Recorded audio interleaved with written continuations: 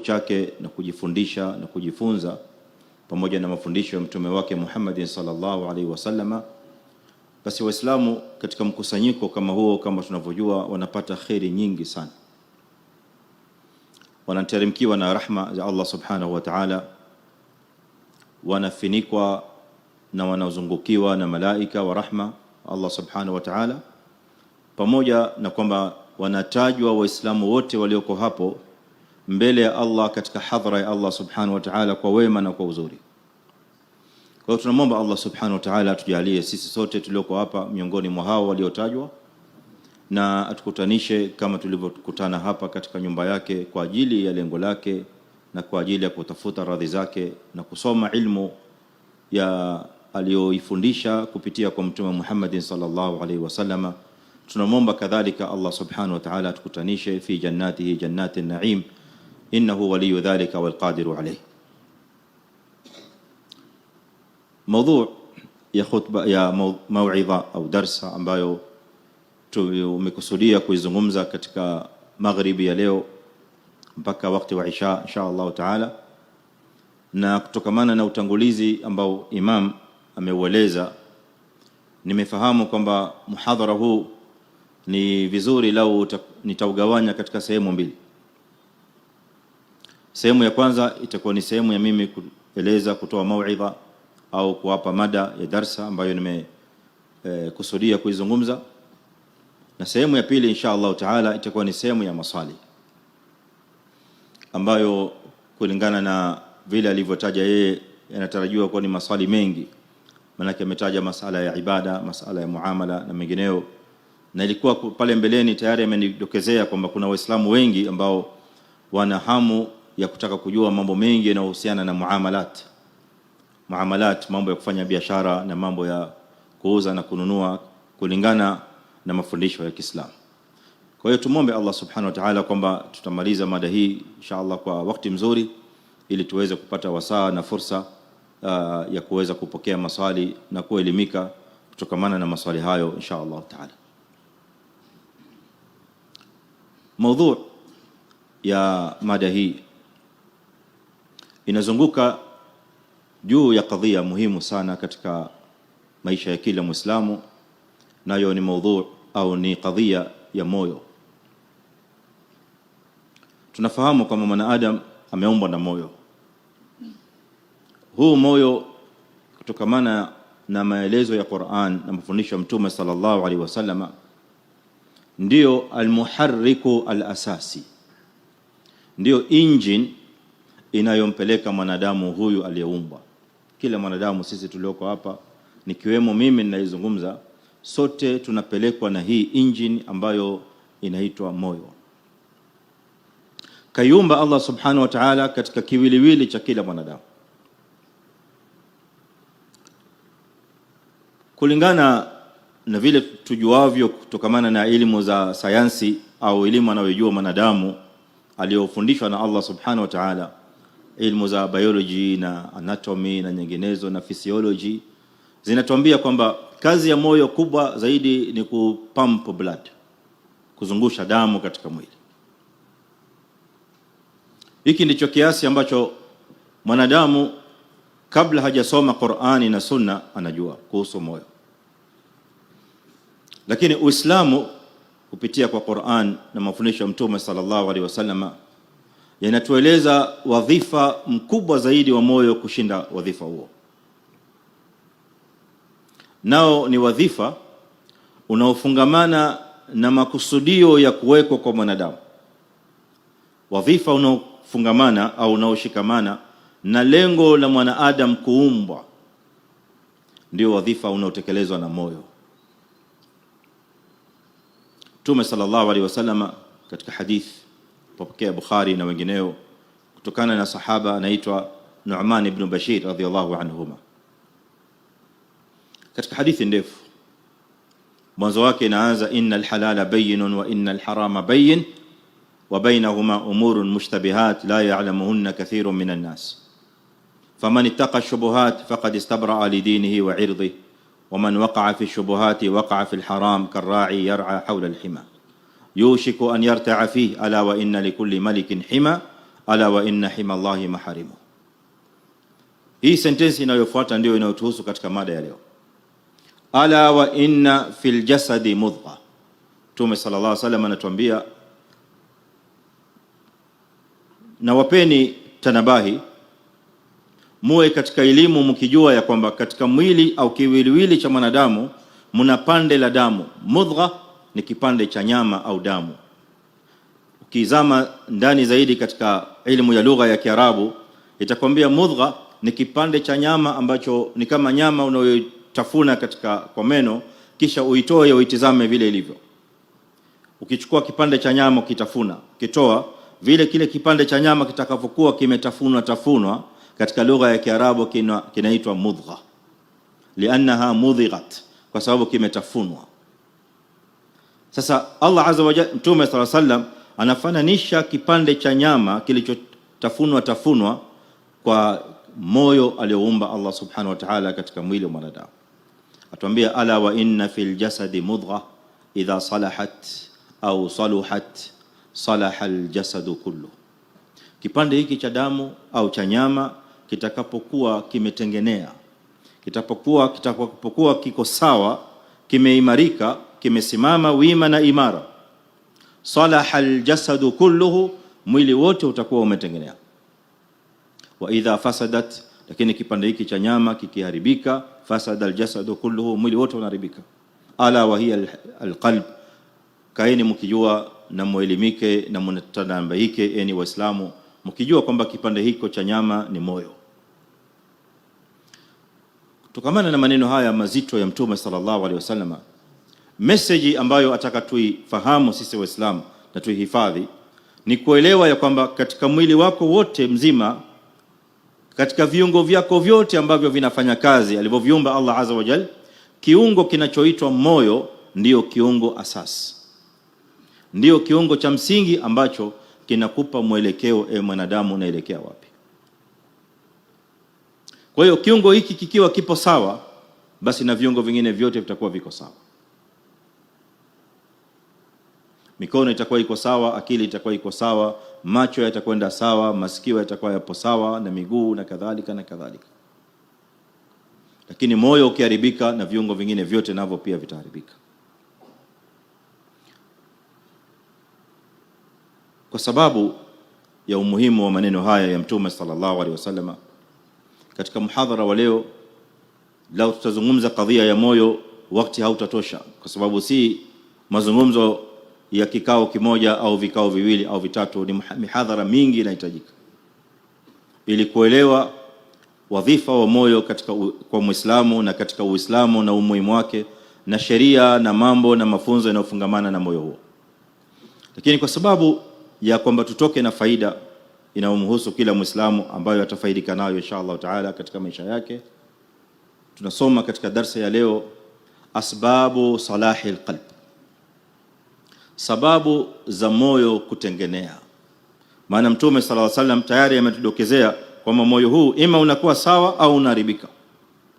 Kwa hivyo hapana shaka kwamba kule moyo kuwa sawa kuna sababu ambazo zinapelekea moyo ule kuwa sawa, na kule moyo kuharibika kadhalika kuna sababu ambazo zinapelekea moyo ule kuharibika.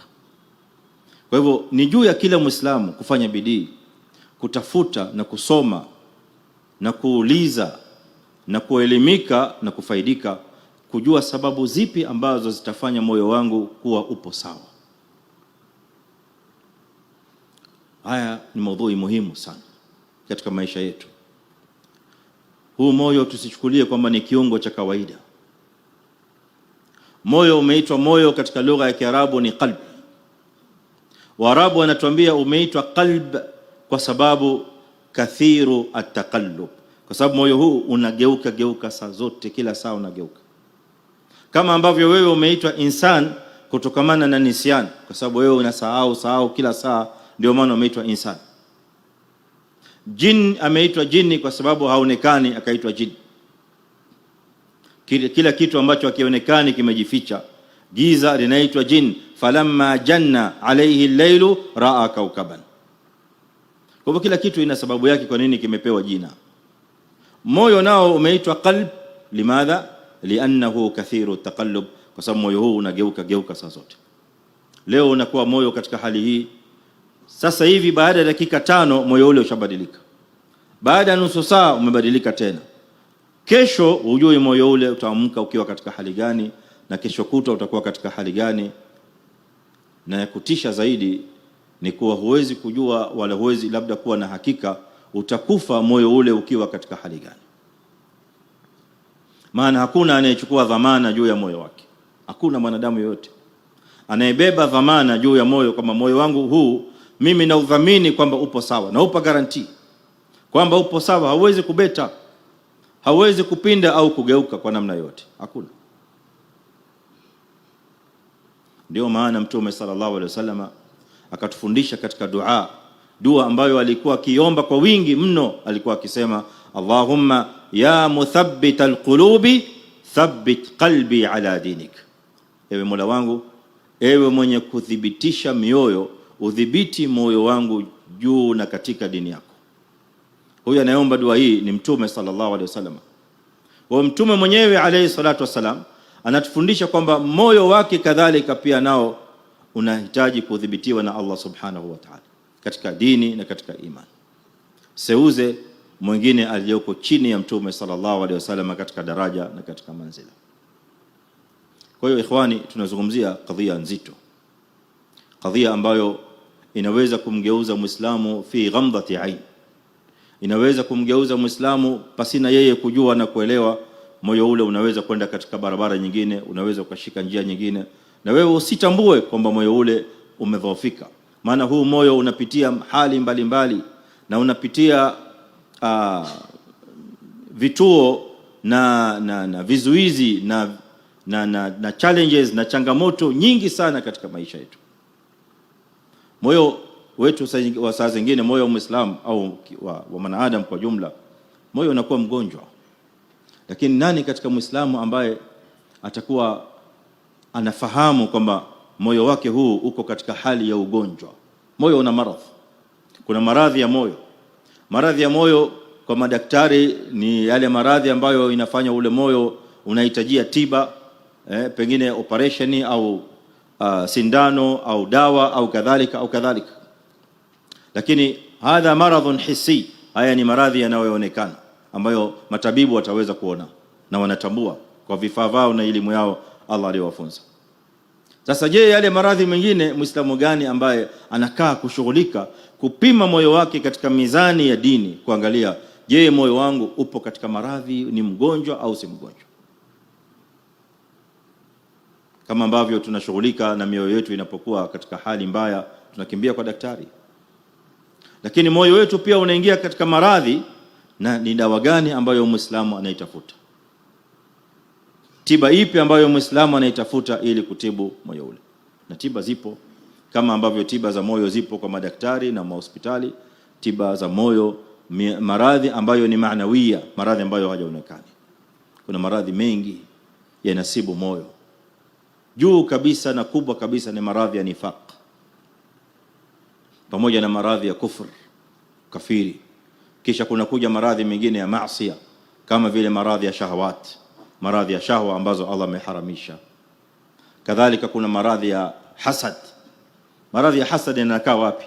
Maradhi ya hasad yapo ndani ya moyo. Moyo umegonjeka, umebeba maradhi ya hasad, lakini Muislamu pengine hatambui kwamba moyo wake ni mgonjwa. Moyo unabeba maradhi ya hikdi, chuki juu ya Muislamu mwenzio bila sababu yoyote. Je, umetambua kwamba moyo wako ni mgonjwa fi halati almarad, fatahtaju ila ilajin wa tib wa dawain? Nani katika Waislamu wanaotambua mambo kama haya? Ndio maana ikhwani, mazungumzo juu ya kadhia hii inatakiwa kuwa ni mazungumzo mazito ambayo Muislamu anayachukulia kwa makini, ili kuweza kuelewa kule alikotuelekeza Mtume sallallahu alaihi wasallam aliposema, ala inna fil jasadi mudgha idha salahat salaha aljasadu kullu wa idha fasadat fasada aljasadu kulluhu ala wa hiya alqalb. Tunapozungumza asbabu salahi alqalb, sababu za moyo kusuluhika, sababu ya moyo kuwa sawa, sababu hili ndilo ambalo Muislamu anatakiwa sana kushughulika nalo, sababu moyo saa zote unaweza kuwa umepinda wewe bila kutambua. Kwa hivyo lazima tufanye bidii, tutafute zile sababu ambazo zitafanya mioyo yetu iwe katika salah vile alivyotaka Mtume sallallahu alaihi wasallam. Ukisoma Qur'ani na sunna za Mtume sallallahu alaihi wasallam unapata asbab kathira, lakini wakati hauruhusu kuyazungumza yote. Tutosheke na sababu 4 peke yake ambazo tutazungumza katika darasa ya leo insha Allah taala, na kila sababu moja tutaieleza kwa undani, na pamoja na kutaja sababu tutataja kadhalika matunda na faida ya kila sababu tutakayoitaja. Asababu alawwal almudawamatu ala alamali salih. Almudawamatu ala alamali salih ni kudumu katika amali nzuri. Asababu thani almusara'atu fil alkhairat, ni kufanya pupa na haraka katika kufanya mambo ya khairi.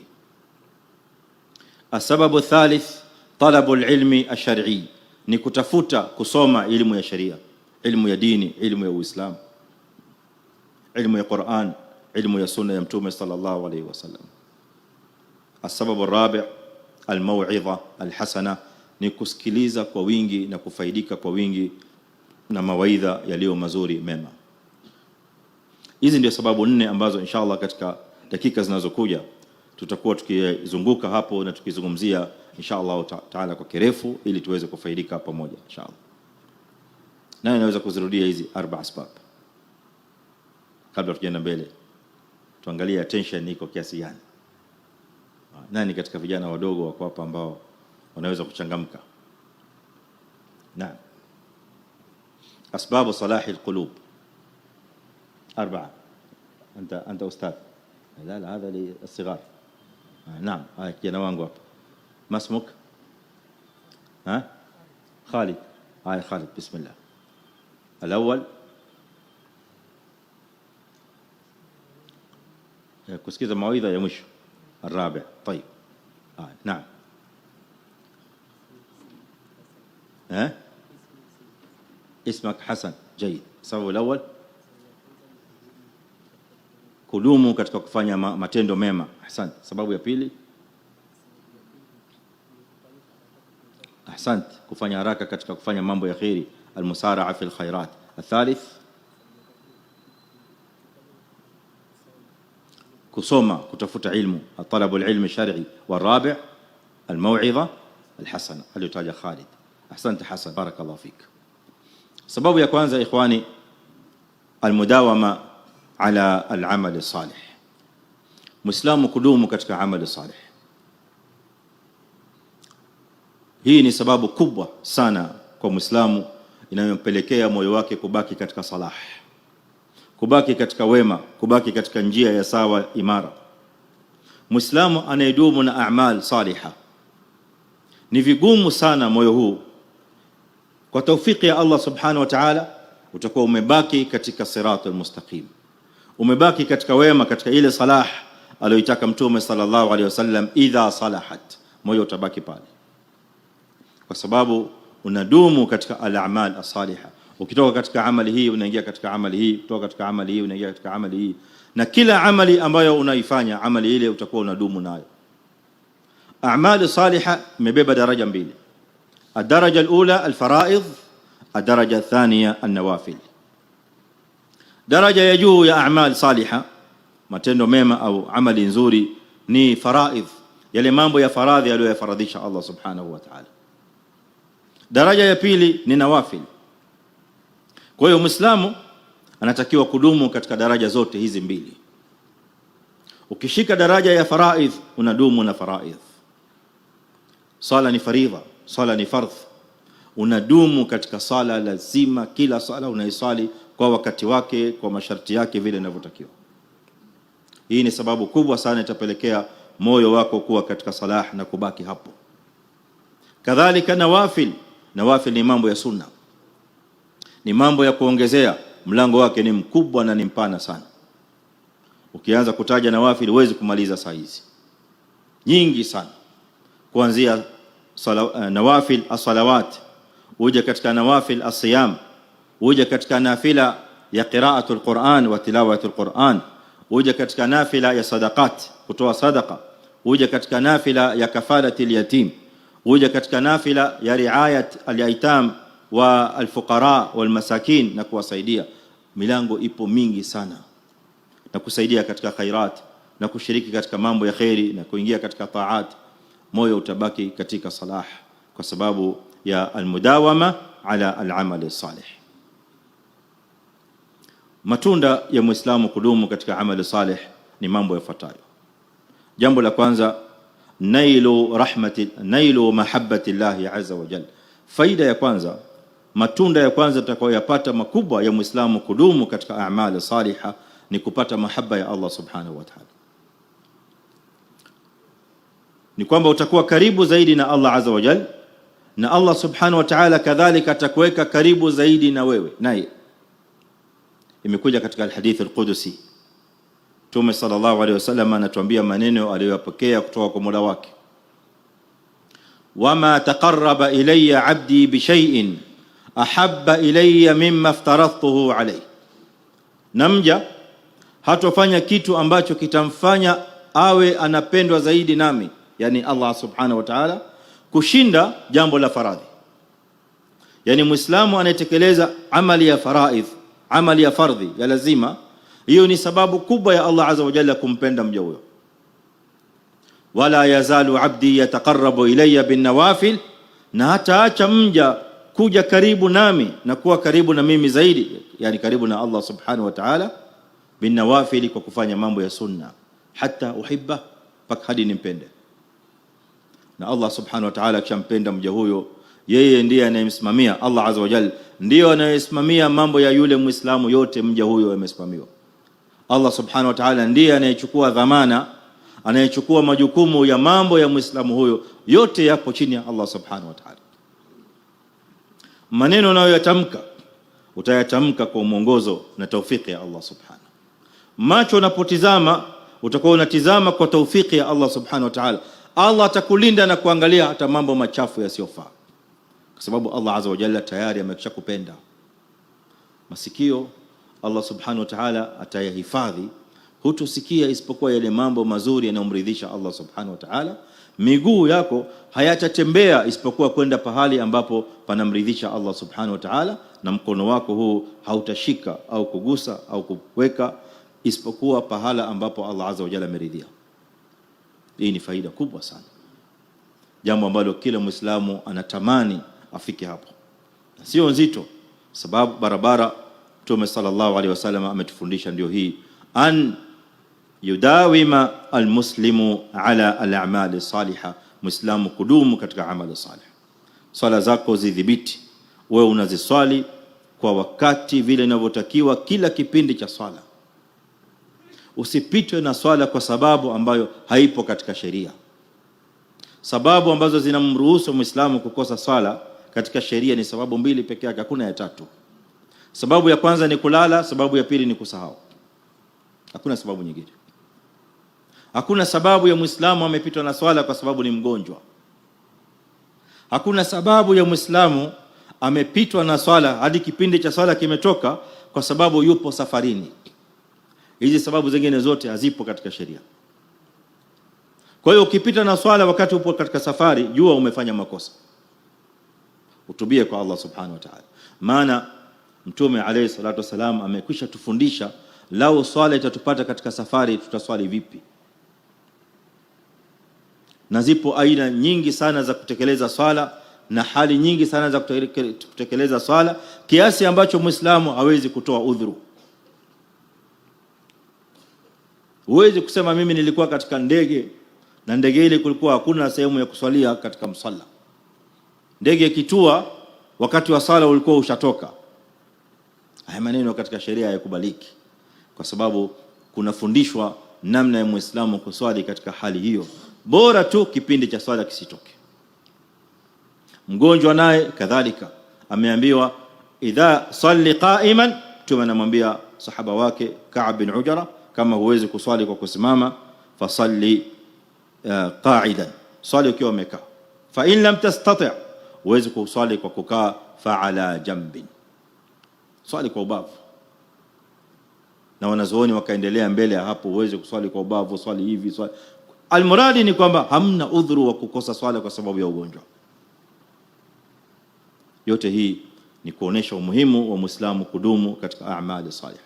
Faida ya kwanza, nailu mahabbati llahi azza wa jalla. Matunda ya pili na faida ya pili kubwa Muislamu huipata pindi anapodumu juu ya a'mali salihah, ziwe ni za faradhi na ziwe ni za nawafil, ni jabru nawaqis alfaraidh. Ni faida nyingine kubwa sana ya kwamba Muislamu anayedumu katika nawafil anapata matunda na faida ya kujaliza makosa au kasoro alizozifanya katika faraidh. Tunafanya faradhi, tunaswali faradhi za sala subhi, dhuhri, asri, maghrib na isha. Kuna waislamu sampuli na aina mbalimbali. Kuna wale wengine wanashughulika na sala za sunna, akimaliza fardhi anatulia kidogo baada ya adhkar pia nayo kadhalika ni nawafil. Natakiwa muislamu adumu nazo adhkar kwa wingi. Ya ayyuhalladhina amanu dhkurullaha dhikran kathira wasabbihuhu bukratan wa asila. Akimaliza adhkari muislamu anashika nawafil, nafila ya sala. Na nafila za swala zimegawanyika aina mbili. Kuna arrawatib, sunan arrawatib na sunan an-nawafil ghairi rawatib. Rawatib ni zile sunna ambazo zimeshikanishwa na sala za faradhi. Kabla ya alfajiri kuna raka mbili, kabla ya dhuhuri kuna raka kadhaa, baada ya dhuhuri na baada ya maghrib, baada ya isha. Hizi zinaitwa rawatib. Alafu kuna sunan ghairi rawatib ambazo unaziswali hizo za kuongezea kama vile tahiyatul masjid na nyinginezo. Hizi nawafil usione ni mambo ya mchezo. Usione ni mambo tu unafanya hivi kama kawaida umezoea, sio mazoea. Utakuja kuona faida yake kubwa mno mbele ya Allah subhanahu wa ta'ala.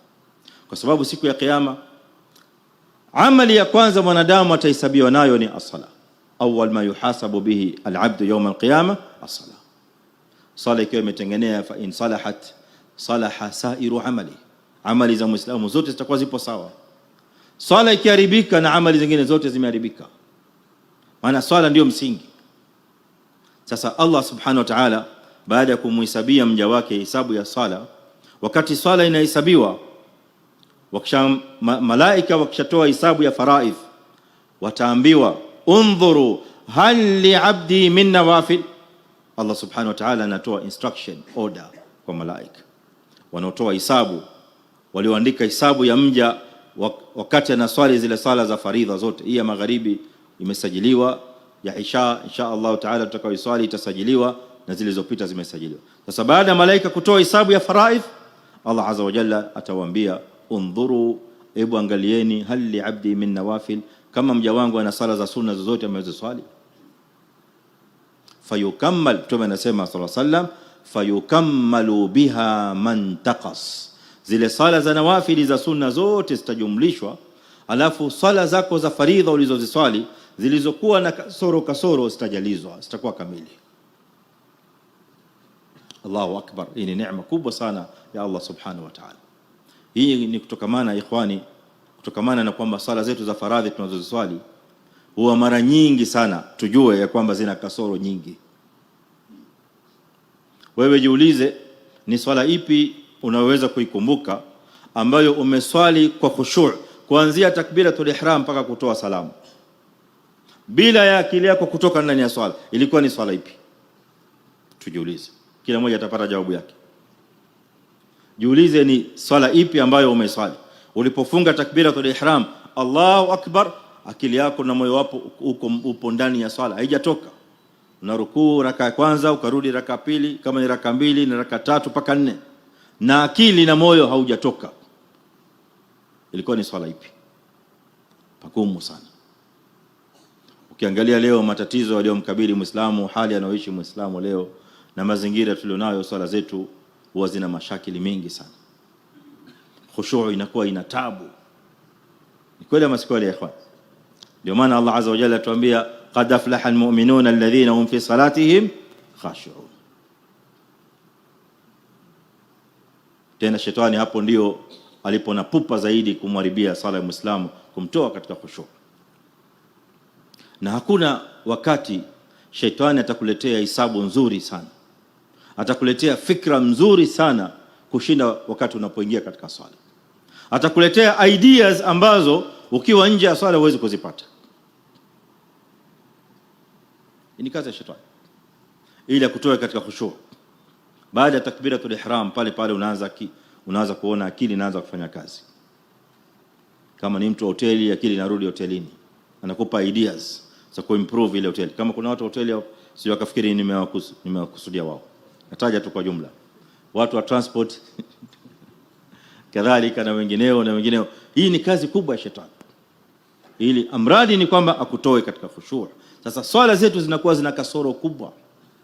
Unapotoa salamu umeswali, lakini una imani ya kwamba swala hii imeandikwa kiasi gani mbele ya Allah subhanahu wa ta'ala. Umepata swala kamili, au umepata thawabu ya nusu ya swala, au robo ya swala, au thuluth ya swala, kama alivyosema Mtume sallallahu alaihi wasallam. Kuna wengine wanalipwa hata chini ya thuluth katika swala. Kuna wengine wanalipwa labda karibu na zero, wal iyadhu billah, kwa sababu swala yote nzima yeye yupo katika shughuli zingine kabisa. Hata ajui imamu anasoma nini, wala yupo rakaa ngapi, wala ana habari. Yani vile vitendo vya swala ni haraka tu anazifanya kama kawaida tu, kama mazoezi. Na ndio maana unakuta mara nyingi swala katika maisha ya Waislamu huwa haitekelezi wadhifa wake, haitoi matunda yake. Matunda ya swala ina matunda, na kila ibada ina matunda yake. Swala matunda yake katika maisha ya Muislamu ni ile aya aliyotuambia ndani yake Allah subhanahu wa ta'ala, wa aqimis salata inna salata tanha 'anil fahsha'i wal munkar. Hii ndio aya, ndio matunda ya swala. Kwa yule anayeswali vile inavyotakiwa, ile swala itakuwa ni kinga, itakuwa ni guard against kufanya mambo yasiyofaa. Kila unapokaribia kufanya jambo ambalo halifai, swala yako itakuja katikati, itakuzuia. Haya ni maneno ya Allah subhanahu wa ta'ala. Tukichumia hichi kipimo, tukipima leo katika swala zetu, ndivyo ilivyo hali yetu, tutakuta jawabu inatofautiana kwa Waislamu, tofauti ambayo ni kubwa. Na hii inatupeleka katika kutambua kwamba kuna umuhimu turudi katika ibada zetu za swala, tuangalie tunazitekeleza inavyofaa na namna ambayo inamridhisha Allah subhanahu wa ta'ala. Matunda mengine ikhwani ya almudawama ala al-amal salih, matunda mengine ni istimraru al-ajr, istimraru ajri al-amal salih idha i'tadahu al-muslim. Matunda mengine ni kwamba Muislam anapodumu katika amali salih ya faradhi na amali salih ya sunna, faida kubwa sana, matunda makubwa sana, bishara kubwa kwa Muislam.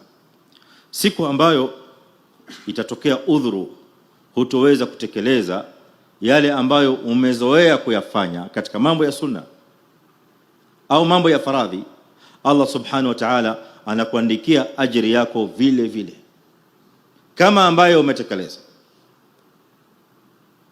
Hii inahitaji tupige mfano ndipo tuelewe vizuri.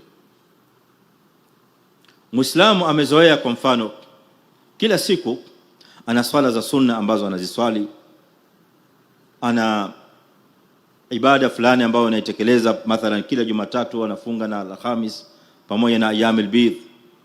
Sasa umetokea mwezi ambao labda ameshikika kidogo, hali yake haimruhusu ya kiafya kuendelea na zile nawafil siyam, hawezi tena kufunga Jumatatu, Alhamis na ayyamul bidh na zile sunna zingine. Lakini kwa sababu ya kwamba hivyo ndivyo amedumu kuendelea katika ibada hiyo, siku yoyote ya Jumatatu, siku yoyote ya Alhamis ambayo Muislamu huyu atashindwa kuifunga, Allah subhanahu wa ta'ala anamwandikia thawabu ya kwamba amefunga. Na wewe hujafunga, lakini Allah azza wa jalla amekuandikia thawabu ya kwamba umefunga ile siku. Limadha? Liannaka dawamt ala hadha al-amal, kwa sababu wewe umedumu katika amali hii, umedumu katika hii amali, na ndio maana Allah azza wa jalla anakuandikia. Hadithi ya Mtume sallallahu alaihi wasallam nasema, inna bil madinati rijalan ma sirtum masiratan wala qata'tum wadiyan illa sharakukum fil ajri habasahumul udhr. Hadithi nyingine inasema ya Mtume sallallahu alaihi wasallam, inna Allaha yaktubu li'abdihi min al-ajr ma kana yaf'aluhu sahihan muqiman. Mja yote ambaye atapatwa na udhuru, au kama qala alayhi salatu wasalam, mja yote ambaye atafikwa na udhuru ashinde kutekeleza yale ambayo amezoea kuyatekeleza, Allah subhanahu wa ta'ala yakataba lahu min al-ajri, Allah tamwandikia thawabu ma kana ya'maluhu, vile vile alivyokuwa akifanya, sahihan, alivyokuwa mzima, muqiman, alipokuwa si msafiri. Tukiwa katika safari kama hivi sasa, sisi tuko katika safari tu, wakati tunajumlisha sala, kuna sala ambazo huwa zinaanguka, sala za sunna. Unakuta msafir akichanganya dhuhuri na asri, pana baadia ya dhuhuri imeanguka. Akichanganya maghrib na isha, kuna baadia ambayo ni ratib ya maghrib inaanguka. Kwa zile sala za sunna zinaanguka, isipokuwa sala fulani zinabaki pale pale. Rak'ataini qabla al-fajr inabaki vile vile hata ukiwa ni musafir. Salatul layl, qiyamul layl inabaki vile vile hata ukiwa ni musafir. Salatul witri inabaki pale pale hata ukiwa ni musafir. Zile sunna zingine zinaanguka. Sasa ikiwa umezoea kuziswali zile sunna zingine, idha kunta musafiran, na wewe umezoea kuziswali wakati ni muqim, Allah azza wa jalla, na wewe ukiwa katika safari unaandikiwa kwamba umeziswali zile sunna, thawabu zako ziko pale zinaingia katika akaunti yako ya hasanat. Na hii ni bishara na fadhila na rahma kubwa sana kutoka kwa Allah subhanahu wa ta'ala, na ni faida ya Muislamu kudumu katika amali salih. Muislamu anayedumu katika tilawa ya Qur'an, una uzoefu wa kusoma Qur'ani kila siku, kila moja na kiwango chake. Kuna wanaosoma juzuu kwa siku, kuna wanaosoma nusu, kuna wanaosoma juzuu 3 na zaidi hapo na chini hapo.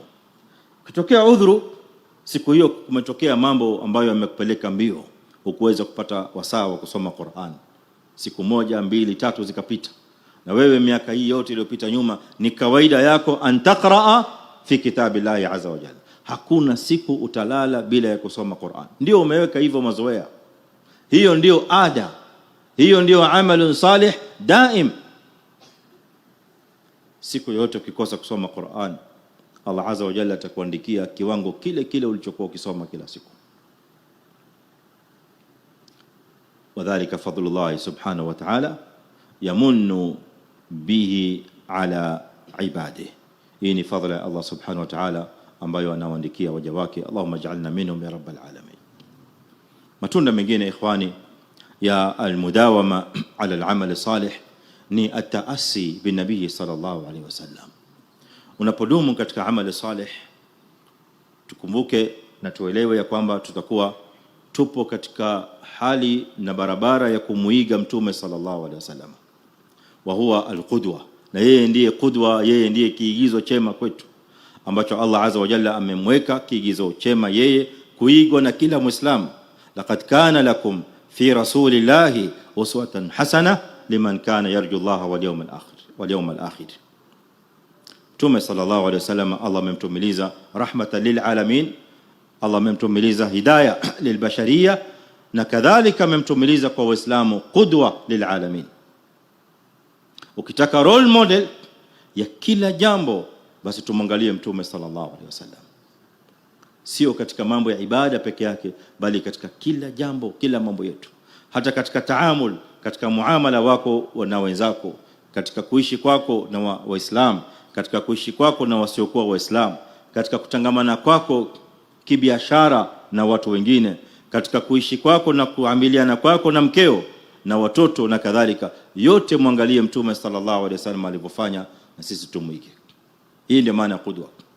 Sio qudwa katika ibada tumwangalie alivyoswali na sisi tumuige hivyo, tumwangalie alivyofunga na tumuige hivyo peke yake, la, fi kulli an-nawahi al-haya wa fi jami'i al-majalat. Alivyoamiliana Mtume na wakeze nyumbani, ndivyo tunavyotakiwa sisi waume tuwe majumbani kwetu.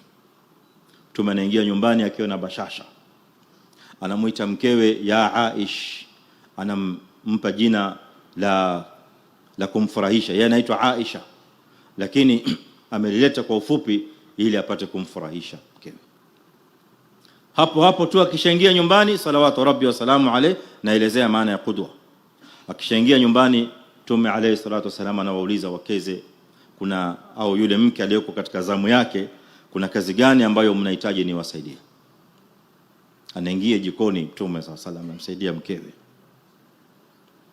Kama kuna kitu cha kukata na yeye anakata, kuna kitu cha kutengeneza na yeye anatengeneza. Salawatu rabbi wa salamu alayhi. Na huyo ndiye anayepokea wahi min rabbil alamin, huyo ndiye anayeteremkiwa na Jibril kusomewa wahi, na huyo ndiye qaidul umma, yeye ndiye kiongozi wa Uislamu, kiongozi wa vita, kiongozi wa kila kitu katika mambo ya jihad na mengineyo. Lakini haya yote hayakumshughulisha na kushiriki katika mambo ya nyumbani. Na hii ni risala kubwa Mtume sallallahu alaihi wasallam anatufundisha sisi kama waume tunapokuwa majumbani, wale waume ambao wana fikra zingine kuhusu wadhifa wao nyumbani. Baadhi ya wanaume wanaona kwamba yeye kazi zake ziko nje. Kwa hivyo akiingia nyumbani ni mambo ya mke peke yake. Yeye kazi zake zimeisha kule nje, na tayari hata akiingia nyumbani ile bashasha yenyewe pia ni shida. Hata kusmile yenyewe ni tabu. Hakuwa namna hii Mtume sallallahu alaihi wasallam. Hakuwa hivi. Ma kana hakadha nabii sallallahu alayhi wasallam. Naam. Na mkeo akikuletea jambo, kwa mfano labda msaidiane katika kutengeneza dina au kutengeneza lunch, usione uzito. Alifanya hivyo aliye bora zaidi kushinda wanadamu wote, wa huwa Rasulullah sallallahu alaihi wasallam. Wao usione uzito. Wala usimwambie wewe unaniletea hii, kama wewe unajua mimi nani unaniletea mambo nikate vitunguu na nikate tamata. You think this is my job? Usiseme hivi. Kana nabii alayhi salatu wasalam yu'in azwajihi fi baitihi sallallahu alayhi wasallam. Nimeleza maana ya qudwa. Kwa hiyo unapodumu katika al-a'mal salihah, faida yake kubwa ni kwamba una taasi, unakuwa katika kiigizo na kielelezo chema cha Mtume sallallahu alayhi wasallam. Kwa hivyo utaweza kuingia katika kutekeleza ile aya inayosema laqad kana lakum fi rasulillahi uswatun hasana. Aisha radhiallahu anha anasema fi alhadith sahih, kana an-nabiy sallallahu alayhi wasallam idha amila amalan athbata. Mtume alayhi salatu wasallam alikuwa anapofanya amali yoyote ile itakayokuwa nzuri njema, athbatahu, hiyo amali ameithibitisha. Kwa hivyo kuanzia hiyo siku hiyo amali itaendelea mpaka kufa kwake.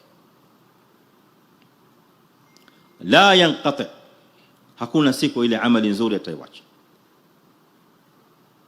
Hakadha kana nabii sallallahu alayhi wasallam. Hadithi nyingine yake Aisha inasema kana amaluhu sallallahu alayhi wasallam dima, ilikuwa amali yake ni ya kudumu.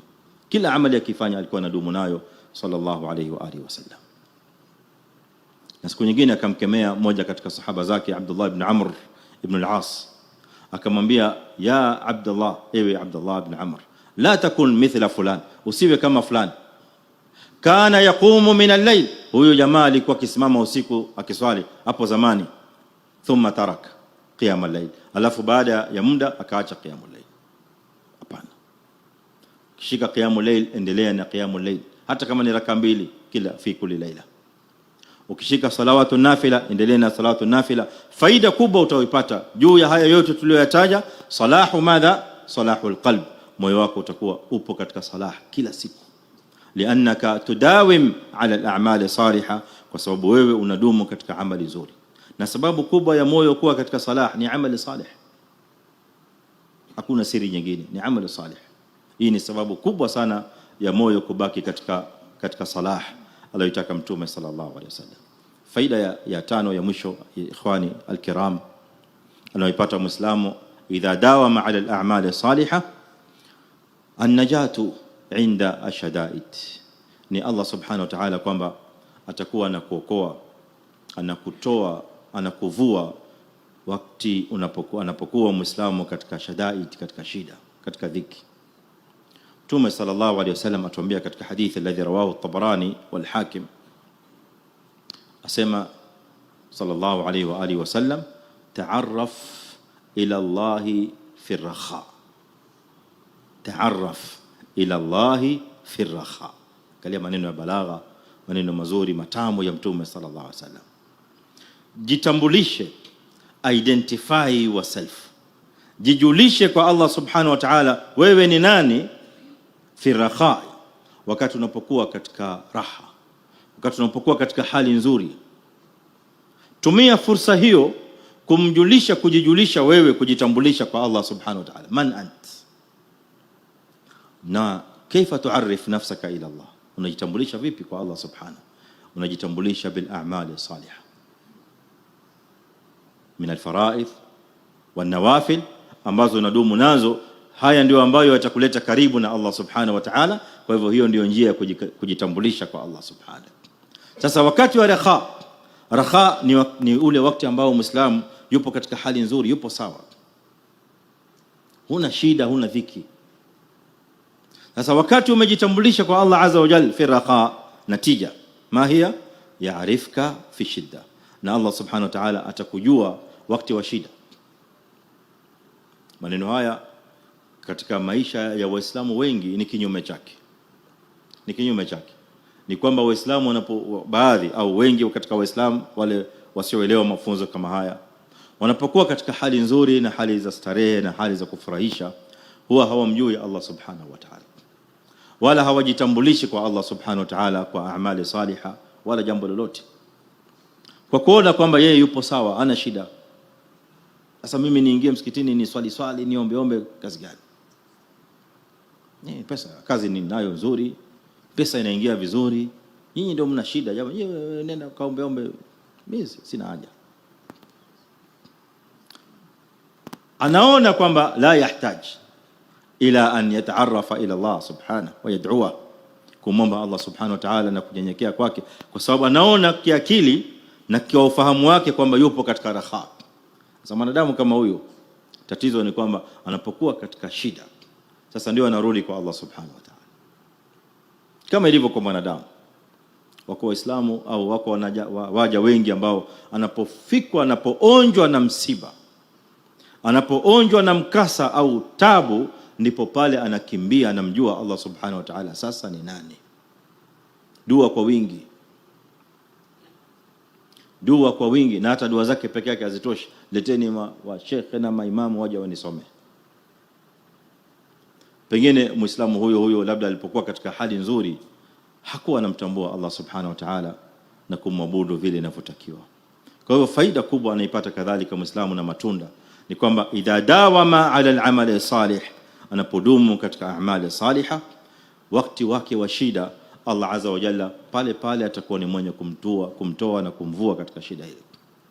Angalia ni maisha ya salafu salih ridwanullahi ta'ala alayhim, walikuwa wakiishi vipi?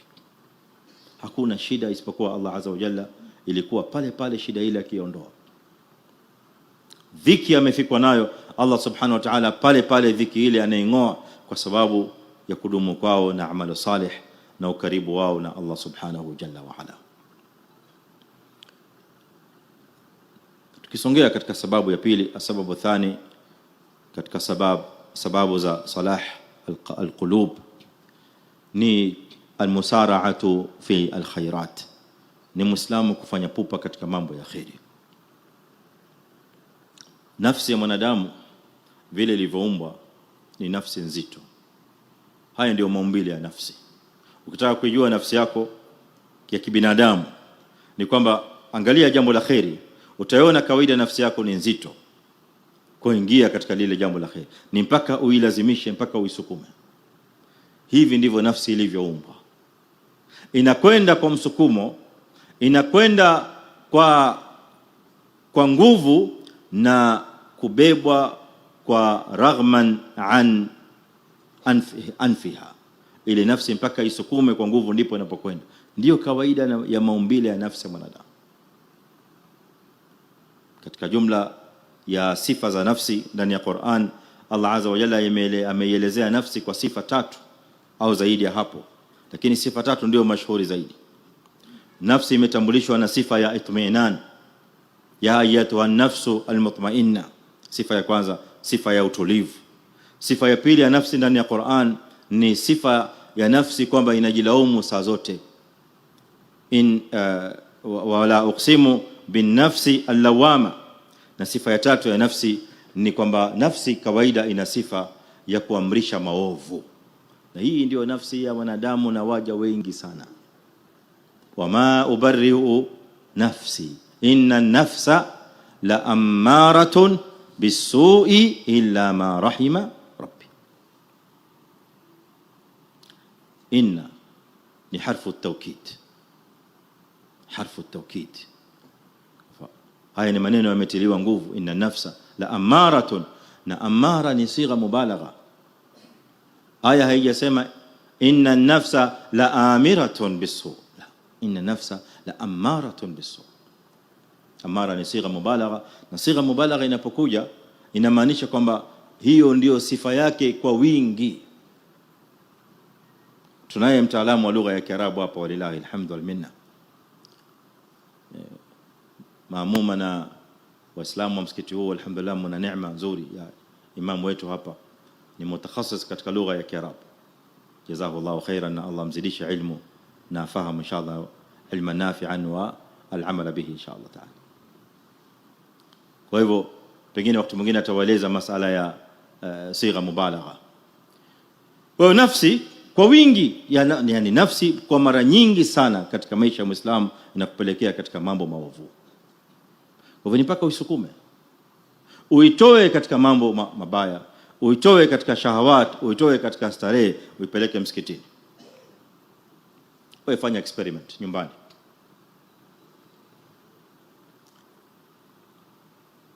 Kuna simu hapa, kuna na msahafu. Kuna simu, kuna na msahafu. Ipi ndio inayoshikwa sana nyumbani? Simu. Ukifungua simu unasoma msahafu ndani ya simu au unaangalia nini? Tuambie Sheikh. Mada tanzur fi aljawal? Mitandao. Asante. Sasa nafsi pale, kumbuka wakati ule upo katika mapambano ya nafsi. Nafsi inakwambia huu msahafu baadaye. Huu msahafu uko hapa hapa, uendi pahali. Msahafu si uko hapa.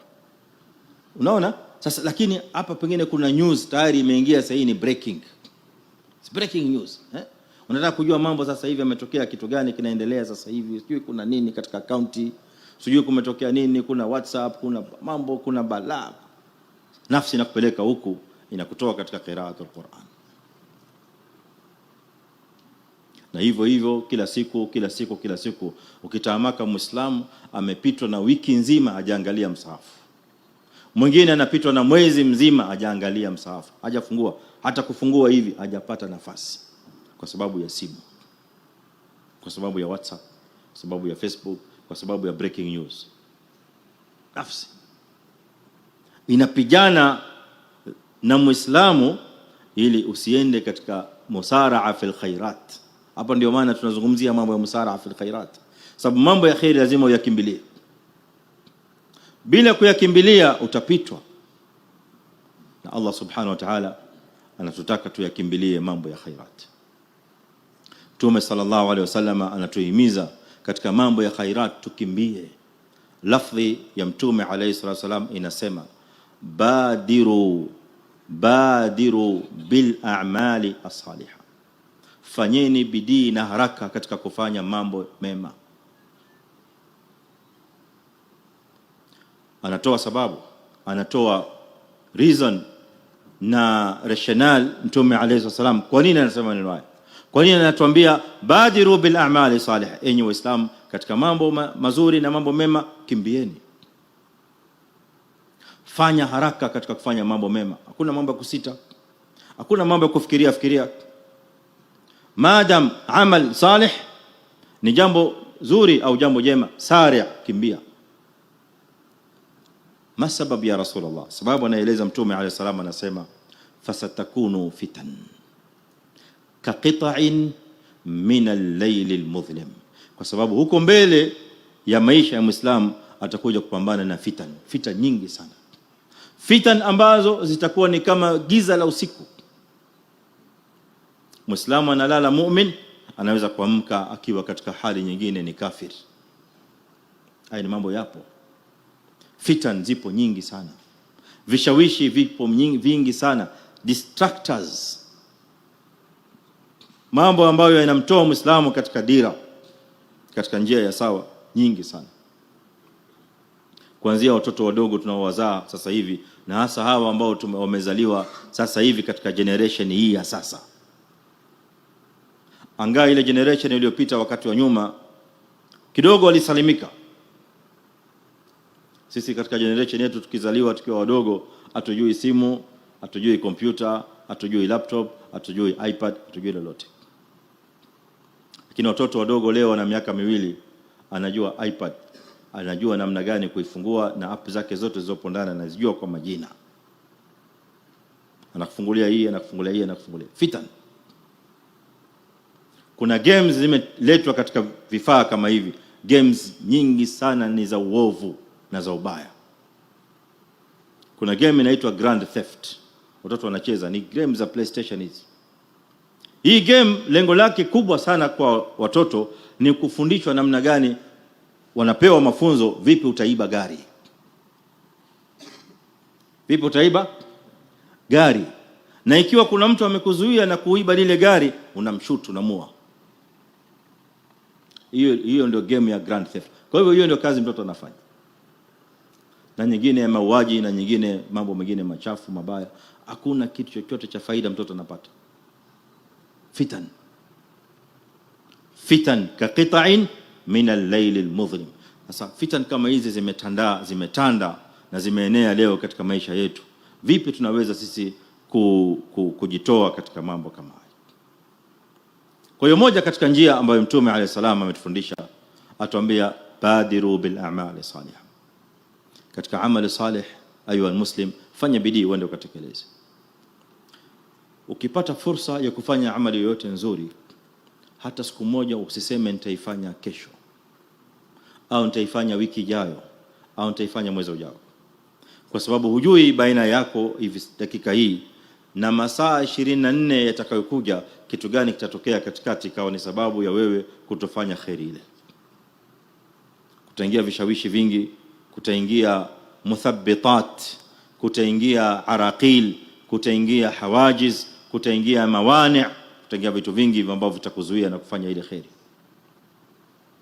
Kwa hivyo ukiona amal salih, badir, fanya hapo hapo ikiwa una uwezo. Labda ikiwa huna uwezo, unasubiri upate uwezo, hayo ni mambo mengine. Faida yake ya kwanza, Mtume SAW, faida matunda ya almusara'a fil khairat. Matunda ya kwanza ni kwamba almusari'una fil khairat, almubadiruna bil khairat ni watu waliosifiwa na Allah azza wa jalla kwamba ni waumini wa kweli. Hadi thamara ula wa ma a'zamaha min thamara. Matunda makubwa sana. المسارعون في الخيرات وصفوا في كتاب الله عز وجل بأنهم هم المؤمنون الخلص.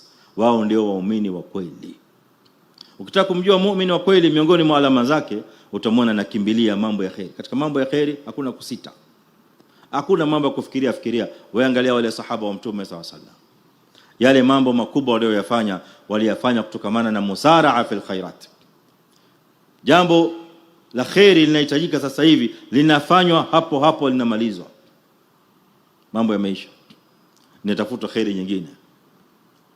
Hakadha kana salafu as-salih wa man tabi'ahum bi ihsan. Na sisi pia kadhalika tutakiwa tufuate barabara hiyo. Yakulu al-haqq tabarak wa ta'ala, anatueleza kuhusu ahli al-kitab, wale ambao ni waumini wa ukweli. Laisu sawaan, sio sawa hawa waliotajwa nyuma na hawa ambao sasa hivi Allah azza wa jalla atawaeleza katika ahlul kitab. Katika ahlul kitab pia kuna wema na kuna waovu, kama ambavyo Waislamu kuna Waislamu wema na Waislamu waovu.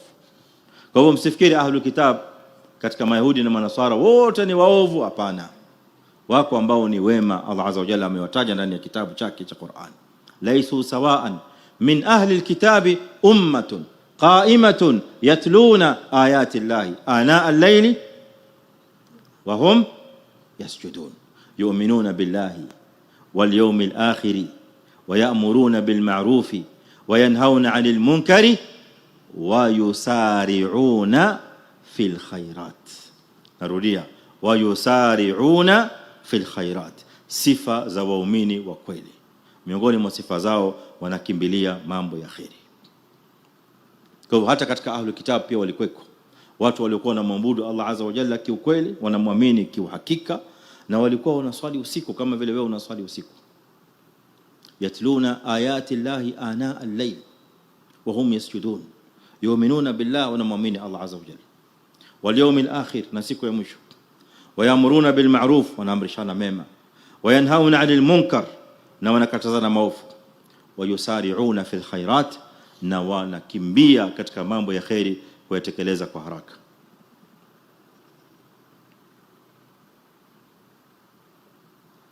Hao ndio watu ambao mina salihina, katika watu wema. Waumini nao kadhalika katika umma wa Mtume sallallahu alaihi wasallam pia wamesifiwa hivyo hivyo. Walladhina yu'tuna ma atau wa qulubuhum wajila annahum ila rabbihim raji'un ulaika yusari'una fil khairati wa hum laha sabiqun. Ni ummati Muhammad sallallahu alaihi wasallam. Na muna katika ummati Muhammad wale ambao yu'tuna ma atau, wanatoa katika mambo mema, katika mambo ya khairi, wanatoa kila ambacho Allah azza wa jalla amewaruzuku, wanaweza kutoa, wao wanatoa. Yu'tuna ma atau, infaq, sadaqat. Na hii dini inasimama bil mal wal hal, bin nafsi wal mal. Hii dini haijasimama kwa nafsi peke yake, imesimama kwa nafsi na mali. Ndio maana unaona aya zote za jihadi takriban inasema wajahidu bi amwalikum wa anfusikum fi sabilillah, inna Allah ashtara min almu'minina anfusahum wa amwalahum bi anna lahumul janna la budda min an-nafsi wal mal. Kwa hiyo hawa ni wanatoa kadhalika, yutuna ma atau, wanatoa katika yale ambayo Allah azza wa jalla amewapa. Hapa msikitini panahitajika hivi, watu wanatoa. Jamani, kuna bili ya msikiti kidogo hapa imetushinda, wanatoa. Madrasa hapa wanatoa. Mambo ya khairi yanahitajika, wanatoa. Walimu hao wanafundisha watoto katika katatib, katika vyuo vya madaris ya Qur'ani na mambo mengine ya khairi yanayonufaisha watoto wa Kiislamu, hawana malipo, tunasaidia. Yutuna ma atau. Lakini hawa Waislamu yutuna ma atau, kuna jambo la kushangaza kubwa sana. Qur'ani Allah azza wa jalla anatuambia wa qulubuhum wajila, wa qulubuhum wajila. Wakati wanafanya hizi khairati, mpaka kule kutoa kwao, wanatoa hali ya kuwa mioyo yao ipo katika hofu. Annahum ila rabbihim raji'un, ya kwamba watarudi kwa Mola wao kuhesabiwa. Haya maneno magumu. Aisha radhiallahu anha na baadhi ya sahaba waliposikia aya hii walitaka tafsiri yake kwa Mtume sallallahu alaihi wasallam, maana ni aya ngumu kuielewa. Aisha kumuuliza Mtume alaihi wasallam, hawa watu waliotajwa hapa kwamba wanatoa ikiwa mioyo yao iko na hofu, ina hofu, wewe utatoa vipi moyo wako kuna hofu?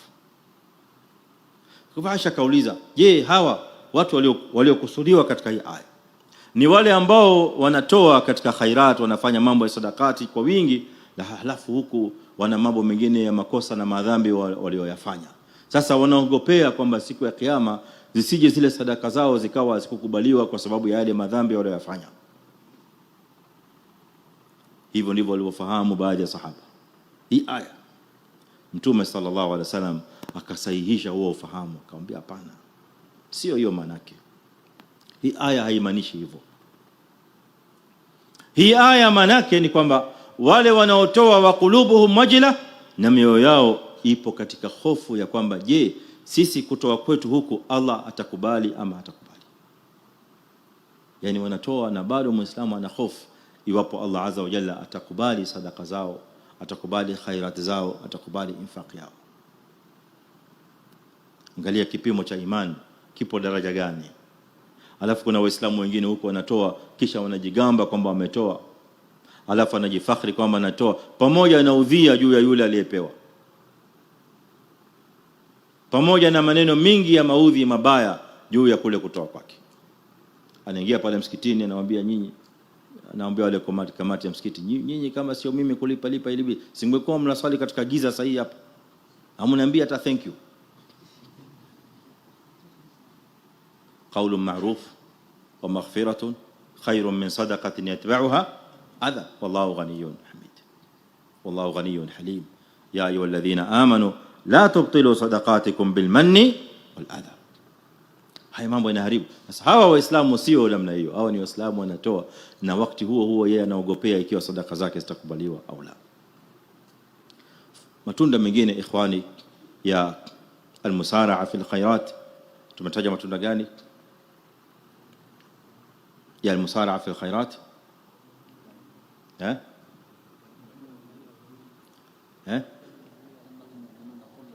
Ana ahsant, annahum humul mu'minuna al-khullas. Matunda mengine ataasi bi nabii sallallahu alaihi wasallam, ni kufuata mwenendo wa mtume alayhi salatu wasalam na barabara ya mtume wetu salawatu rabbi wasalamu alayhi. Uqba radhiyallahu anhu, sahaba wa mtume, anasema siku moja sallaitu waraa an-nabii sallallahu alayhi wasallam salat al-asr, siku moja nilisali nyuma ya mtume salatu al-asr sallallahu alayhi wasallam.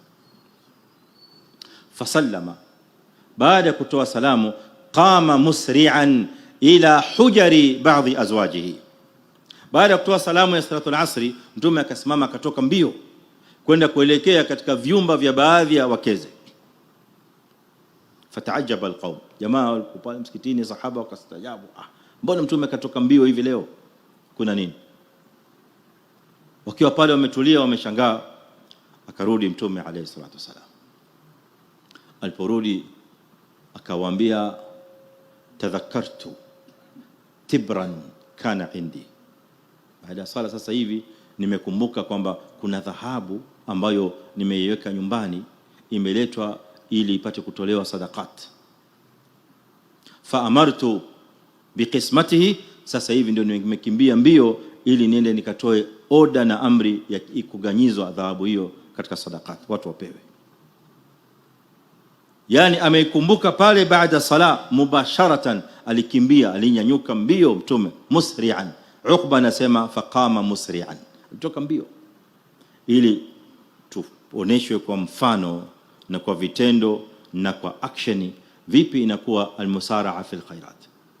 Ingelikuwa mtu mwingine labda angesema iko nyumbani, wacha baadaye inshallah, wacha nimalize sala yangu vizuri, nimalize adhkari zangu vizuri inshallah, nikirudi nyumbani baadaye nitakwenda kuangalia mambo ya zile sadaka ambazo zimeletwa nyumbani. Alipoikumbuka pale pale asra'a an-nabii sallallahu alaihi wasallam, na huu ni mfano mzuri mkubwa sana wa mtume alayhi salatu wasalam kutufundisha sisi bab al-mubadara bil a'mal salihah na al-musara'a fi al-khairat.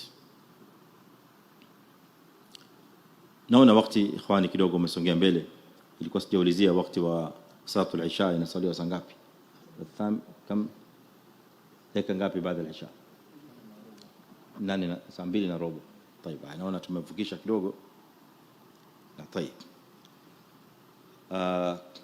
sijui kama mtakubaliana nami, maana naona dakika 10 zimepita. Haya maudhui tuyasimamishe hapa kwa sababu tuna muhadhara mwingine inshallah taala kesho baada ya maghrib. Kwa hiyo kwa ruhusa yenu, ikiwa tutakubaliana inshallah tukamilisha maudhui haya katika darasa ya kesho, na ili leo angalau kwa vile tumetoa ahadi tutapokea maswali angalau dakika 5 inshallah taala, 5 au 6 7, kwa sababu ya imam kama alivyoeleza. Tutapokea maswali kidogo kwa sababu ya wakati, tuchunge wakati pia, pengine kuna ndugu zetu wengine labda wanatoka mbali, tusiwacheleweshe zaidi inshallah taala. Na tunaombeni radhi ikiwa tumeongeza dakika zaidi ya vile ambavyo tumepanga inshallah taala. Naam, kwa nafikiri tumetoa nafasi ya baadhi ya maswali kwa haraka, maswali 2 matatu, alafu tutafunga darasa, na inshallah taala katika jalsa ya kesho tutakamilisha inshallah taala, alafu tutatoa kadhalika pia nafasi nyingine ya maswali kubwa zaidi katika darasa ya kesho. Naam. Naam. Naam. Wa alaykum salaam wa rahmatullah. Naam.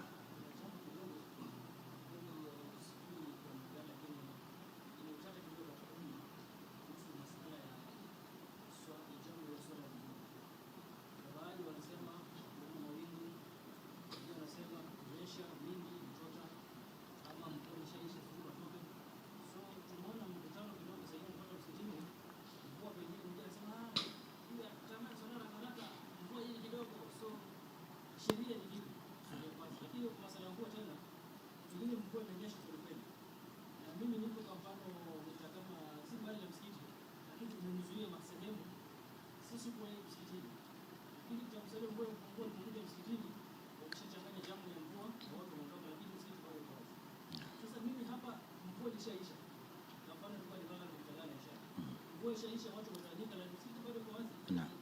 So mimi mwenye nimechelewa nitaunganisha swala ya zote mbili, ama wengine huko mbele kuna msikiti mwingine ambao hajachanganya jambo.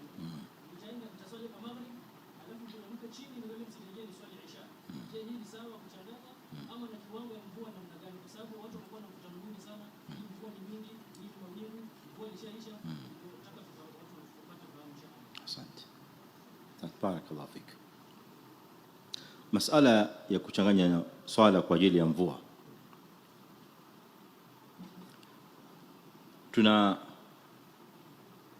umuhimu wa kufahamu kwanza kwamba swala inapochanganywa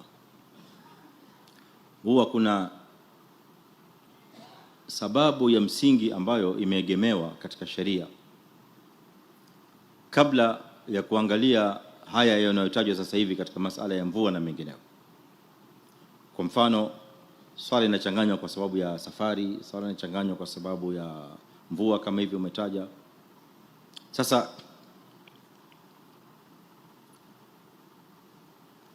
turudi, tukija katika upande wa fiqhi, ni muhimu sana kwanza kuelewa lengo au hikma kubwa ya kule Muislamu kupewa ruhusa ya kuchanganya.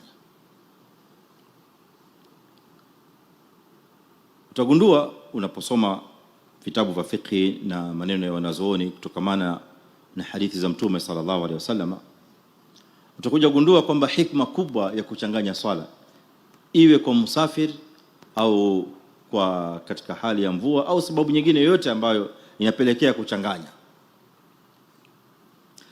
kule kuchanganya swala kunazunguka katika kadhia moja ambayo inaitwa daf'u al-mashaqqa, kuondoa uzito. Kwa hiyo hili ndio tamko ambalo sasa sisi litatupa mwangaza katika kueleza jawabu ya swala hili, kwamba madhumuni ya kuchanganya swala ni kuondoa mashaka. Kwa sababu msafiri anapokuwa katika safari ni hatua, kuna mashaka mingi msafiri anapata. Kwa ndio maana amepewa ruhusa na yeye pia kuchanganya. Na vile vile katika hali ya mvua kumepatikaniwa kwamba kuna mashaka, na ndio maana kukatoka ruhusa ya kuchanganya. Sasa labda tukija katika masala ya kwamba ni mvua ya kiasi gani, jawabu itakuwa ni rahisi, na jawabu yake ni kwamba mvua ambayo inapelekea katika mashaka. Mvua ambayo inapelekea katika mashaka. Mashaka gani? Mashaka ya Waislamu kutoka msikitini baada ya salatul maghribi, wende zao nyumbani na warudi tena salatul isha. Kwa hivyo ni kuweko na mvua ambayo itawapa Waislamu mashaka, uzito wa kwenda nyumbani na kurudi tena kutokamana na hali ya ile mvua.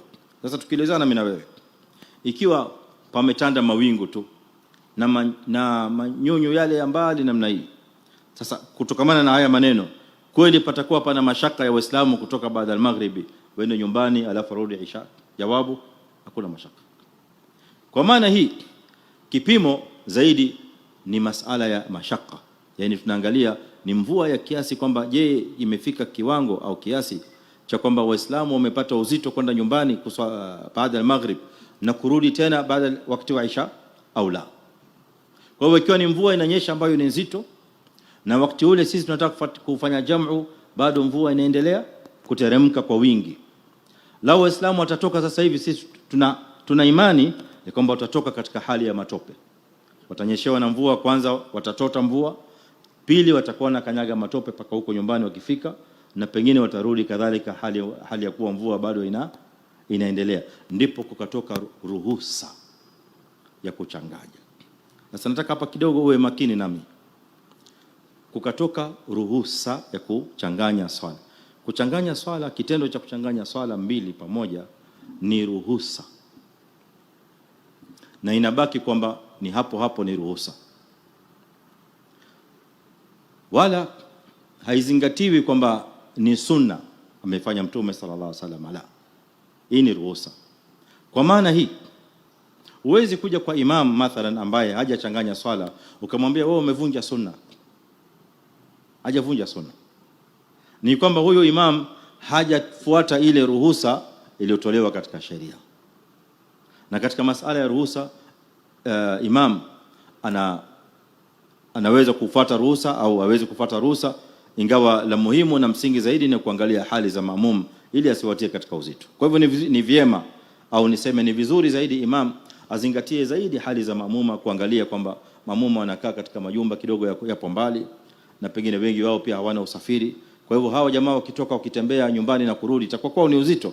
Kwa hivyo ni vizuri imamu yule afuate ile ruhusa, lakini si kwamba ni lazima afuate ile ruhusa, au asipofuata ile ruhusa atakuwa amevunja sunna ya Mtume alayhi sallam. Laysa sunna hadhihi rukhsa, hii ni ruhusa ambayo imetolewa katika sheria.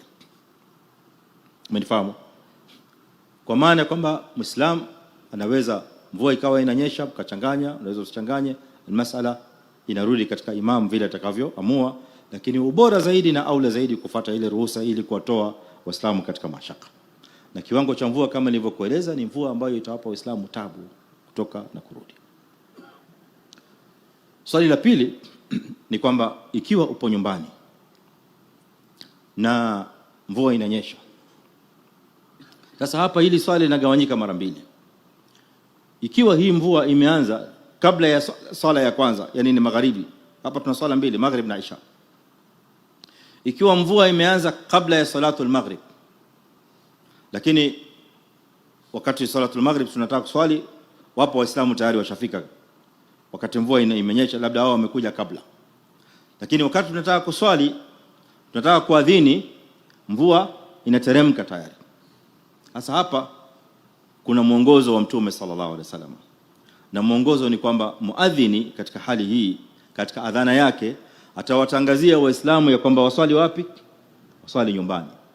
Kwa hivyo katika adhana atasema as-salatu fi rihal au sallu fi rihalikum, swalini majumbani kwenu au swala nyumbani. Umenifahamu mpaka hapo?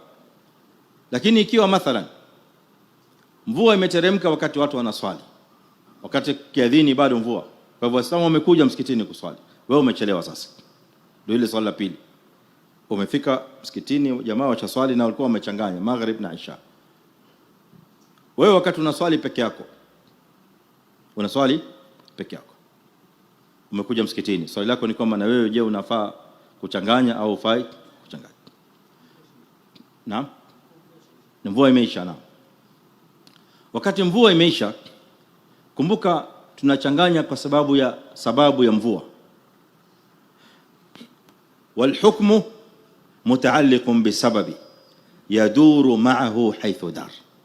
Hukmu kawaida inafungamanishwa na sababu. Sasa sababu ya sisi kuchanganya ilikuwa ni mvua. Sasa hivi mvua imekatika, hamna sababu tena ya kuchanganya. Kwa hivyo pale wewe utaswali magharibi peke yake.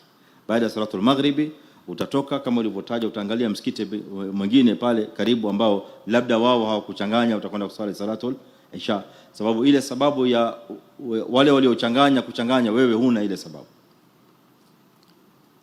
Inqata al-matar, na mvua ikikatika hakuna tena kuchanganya swali. Mathalan tumeswali maghrib, ilikuwa mvua inanyesha, tukitoa salamu mvua imesimama, iko jamu? Hakuna jamu, لأن المطر قد انقطع. Tunafanya jamu, tunaingia katika salatul isha wakati mvua bado inateremka. Hatutabiri, hatusemi kwamba hata kama inkatika lakini itanyesha, si unaona mwingu jamani. Hatufanye hivyo. هذا خطأ. لا بد من استمرار المطر عند الدخول في الصلاة الثانية. Iwe ile mvua bado inaendelea wakati Waislamu wanaingia katika sala ya pili ya isha. Ikikatika katika swala ya pili hamna shida, lakini tulifunga salatu takbiratul ihram wakati mvua inateremka, wala tutabiri. Sawa? Naam. Wa salaam.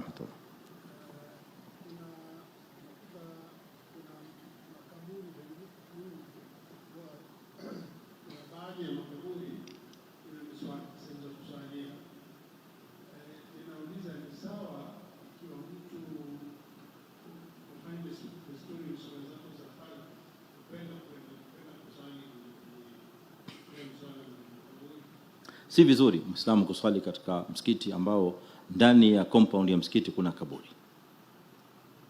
ndani ya compound ya msikiti kuna kaburi. Kwa hivyo msikiti kama huo una avoid uswali katika msikiti kama huo, unaangalia msikiti ambao hauna kaburi ndani yake. Maana Mtume alayhi salam ameharamisha swala kuwepo katika upande wa makaburi au kuswali katika sehemu maeneo ya makaburi, isipokuwa ikiwa pengine kaburi lipo karibu na msikiti, lakini kuna two different compounds, yani lile kaburi lina ukuta wake wa separation na msikiti kadhalika una ukuta wake wa separation. Hii ni compound nyingine na hii ni compound nyingine. Haya ni masala tofauti, lakini tunazungumzia kaburi linapokuwa ndani ya compound ya msikiti una avoid. Asante. Na turuke upande huo kidogo, sije hawa jamaa wakatuona tuko biased upande huo. Kwa hiyo tuchukue swali huko kidogo. Naam.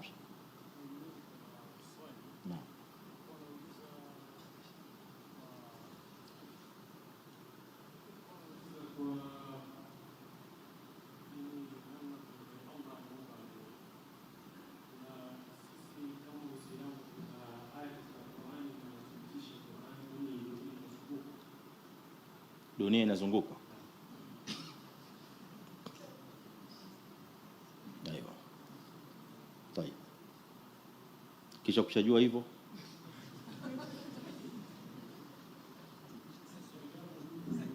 naam, nitakayo sababu naam.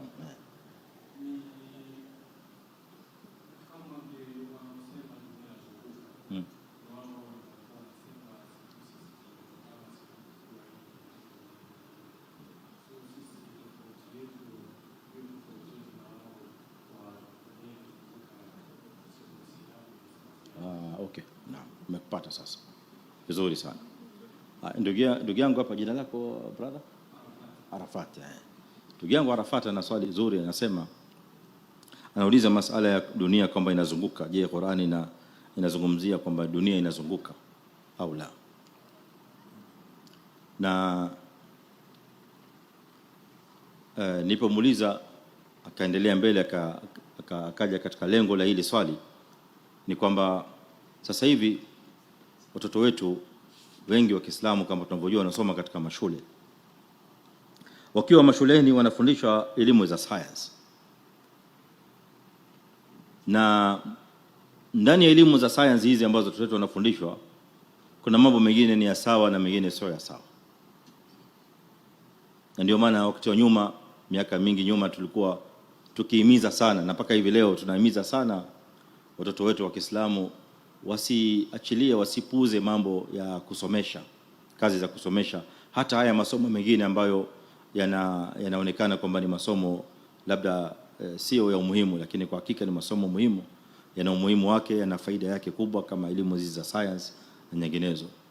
Faida yake moja kubwa ni kwamba elimu hizi zikisomeshwa na Muislamu ambaye amepata misingi ya dini, amepata misingi ya masomo ya dini ya akida na sunna na Qur'ani, ataweza kuelekeza watoto wa Kiislamu ambao wanawasomesha, kando na yale yaliyoandikwa ndani ya vitabu na syllabus, atawaonesha usahihi wa ile elimu.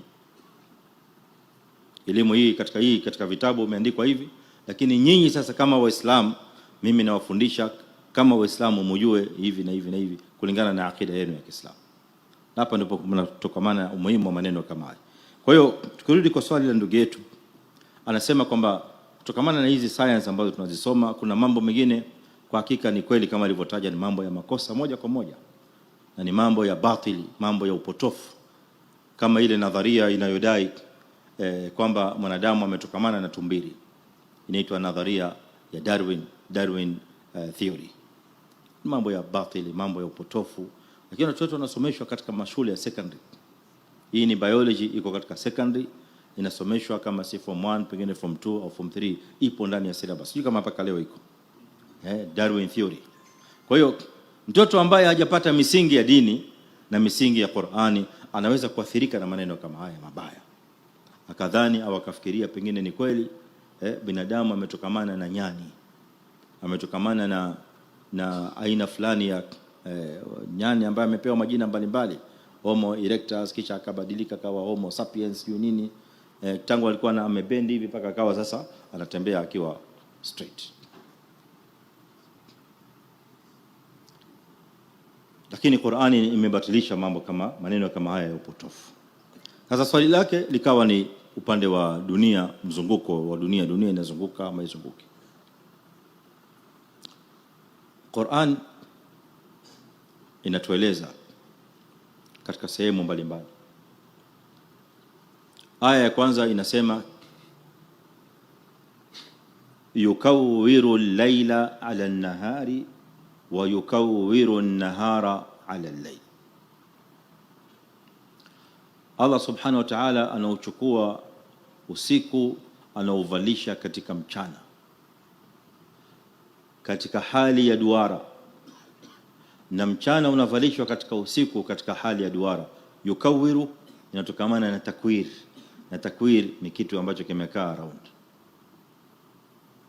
Aya hii unaishikanisha na aya nyingine iliyoko katika suratul Furqan, inasema tabarakalladhi ja'ala fis samai burujan wa ja'ala fiha sirajan wa qamaran munira huwa alladhi ja'ala al-layla wan-nahara khilfatan.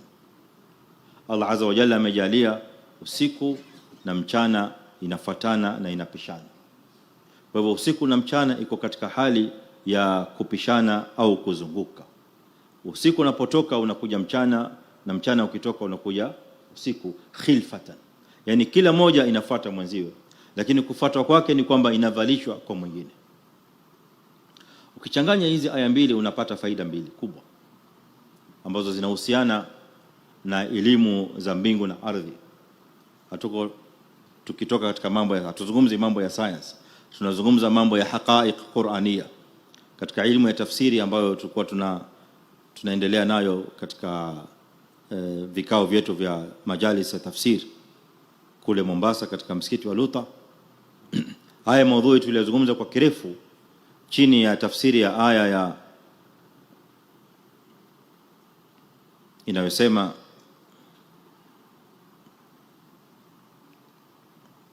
semaje, Surah al-Baqara.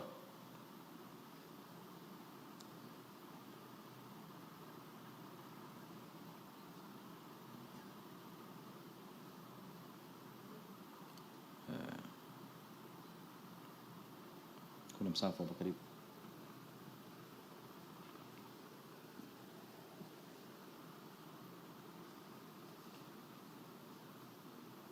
إن في خلق السماوات والأرض واختلاف الليل والنهار والفلك التي تجري في البحر بما ينفع الناس وما أنزل الله من السماء من ماء فأحيا به الأرض بعد موتها وبث فيها من كل دابة وتصريف الرياح والسحاب المسخر بين السماء والأرض لآيات لقوم يعقلون. katika tafsiri hii aya tulikaa kwa muda mrefu tunazungumzia haqaiq Qur'ania, facts za Qur'an. Kwa hivyo katika Uislamu tutofautisha mambo mawili. Kuna mambo ya science, kuna na facts za Qur'an. Qur'an imetupa facts ambazo facts hizi hatuji sisi kuangalia je zinashikana au zinalingana na science au la. Hatuna haja ya science, kwa sababu Allah azza wa jalla alitueleza hizi facts, yeye ndiye muumba wa hivi viumbe. Kwa maneno yake ndio ya sawa zaidi na ndio ya haki zaidi kumshinda mwanadamu ambaye hajui lolote kuhusu maumbile haya makubwa ya Allah subhanahu wa ta'ala. Kwa hiyo katika jumla ya haqaiq za dunia tulitaja hizi haqaiq ya kwamba hizi aya mbili ukizichanganya unapata kwamba dunia ipo katika hali ya duara moja, na pili ipo katika hali hiyo ya mzunguko wa kwamba usiku unazunguka mchana na mchana unazunguka usiku. So your keyword katika aya ya kwanza yukawwiru, your keyword katika aya ya pili khilfatan. When you combine the two unakuta kwamba dunia iko katika hali hiyo ya mzunguko wa usiku na mchana. Tuko pamoja? Asante. Naam. Wa alaykum salaam. Nani? Naam. Naam, tafadhali.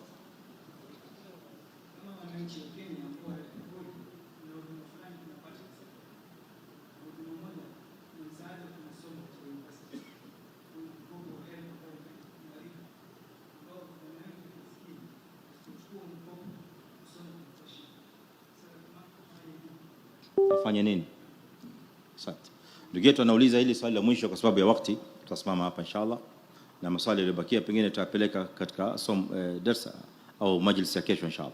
Ndugu yetu anauliza mwananchi wa Kenya ana mtoto ambaye amemaliza form 4 anataka kujiunga na university, na mwananchi huyu analipa kodi kama alivyotaja, na nimependa huu utangulizi wake, ni mzuri, ili tuje tuelewe hapa mbele kwamba huyu mtoto ambaye anataka kusoma university, serikali kwa watoto ambao wanasoma university wanapewa mikopo inaitwa HELB, HELB.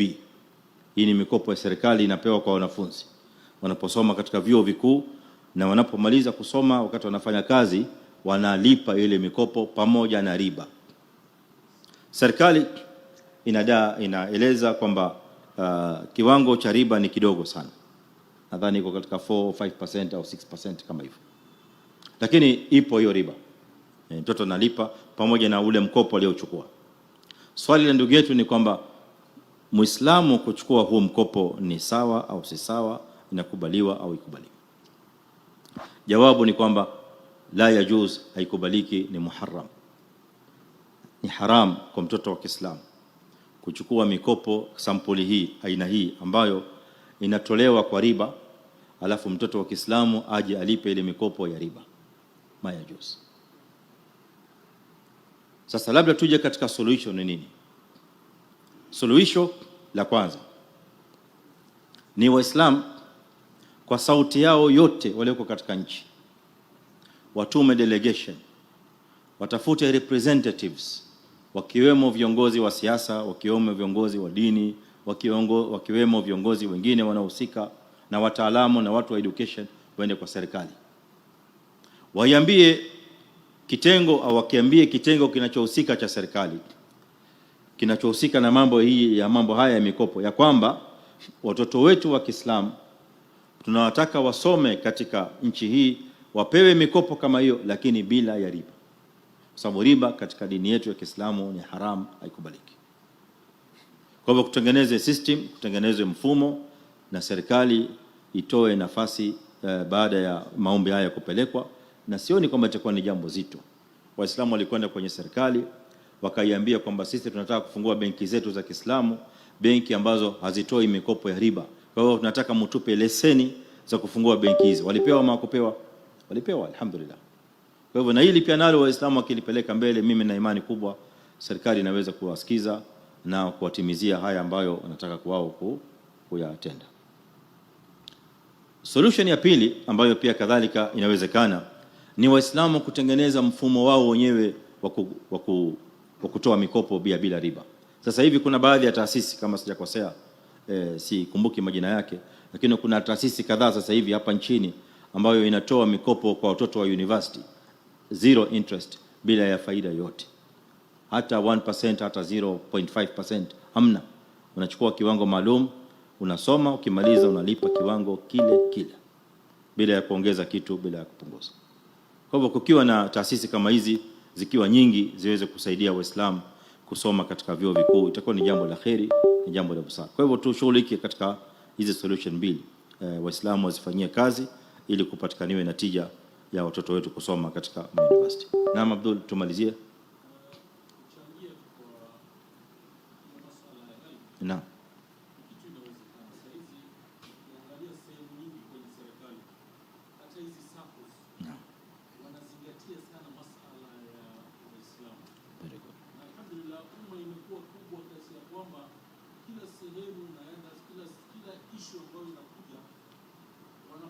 Consider Waislamu zaidi ya Arabu.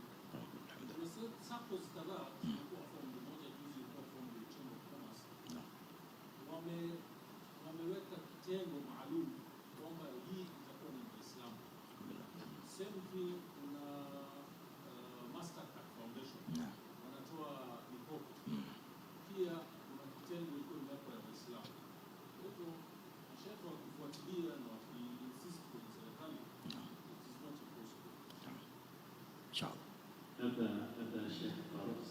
نعم نعم نعم تمام طيب ساكت نعم صح احسنت. تفضل شيخ. وعليكم السلام ورحمه الله وبركاته.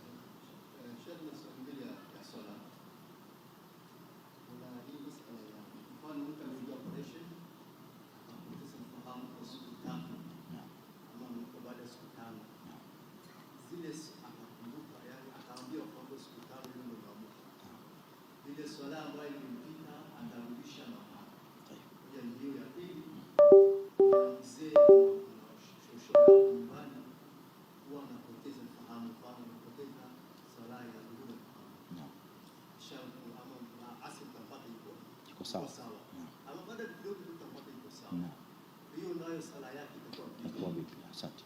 Asante, barakallahu fik. Katika fiqh ya Kiislamu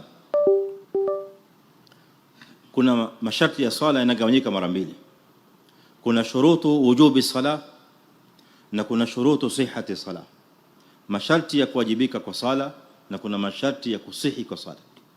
Hili swali alilouliza ndugu yetu ni swali linaingia katika upande wa sehemu ya kwanza, shurutu wujubi sala, masharti ya swala kuwa ni wajibu. Sasa Muislamu ambaye amekuwa katika amepoteza fahamu katika koma, kwa mfano ameingizwa chumba cha operation theater siku moja, mbili au tatu au zaidi au kidogo, fahamu ikampotea. Siku fahamu yake itakaporudi, je, anaqidhi sala au aqidhi sala? Ndio swali la ndugu yetu. Tukiangalia katika orodha ya masharti ya kuwajibika kwa sala, sharti la kwanza katika fiqh ya Kiislamu ni al-Islam. Sharti la pili ni al-bulugh, kubaleghe. Haya ni masharti ya wujubi sala. Sharti la tatu ni al-aqlu, akili. Masharti haya matatu wanazuoni wa fiqh wakati mwingine wanayaleta kwa mukhtasari, wanakwambia at-taklif. Na ukisikia neno taklif katika fiqh, maana yake ni al-islamu wal-bulugh wal-aqlu. Sasa haya ni masharti ambayo yakiwepo swala inakuwa ni wajibu. Mmoja katika haya masharti yasipokuwepo, swala sio wajibu.